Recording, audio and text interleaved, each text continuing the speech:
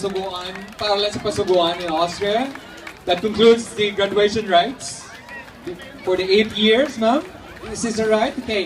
So, that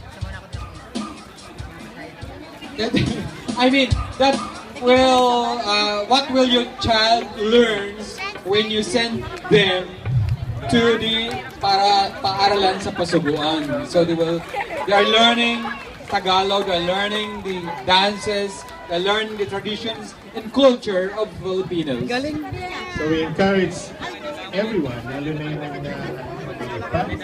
buwan po.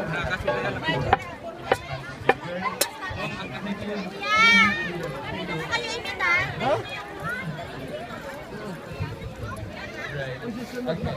So these are your how the perform to be played and the bulaklakan. Yeah?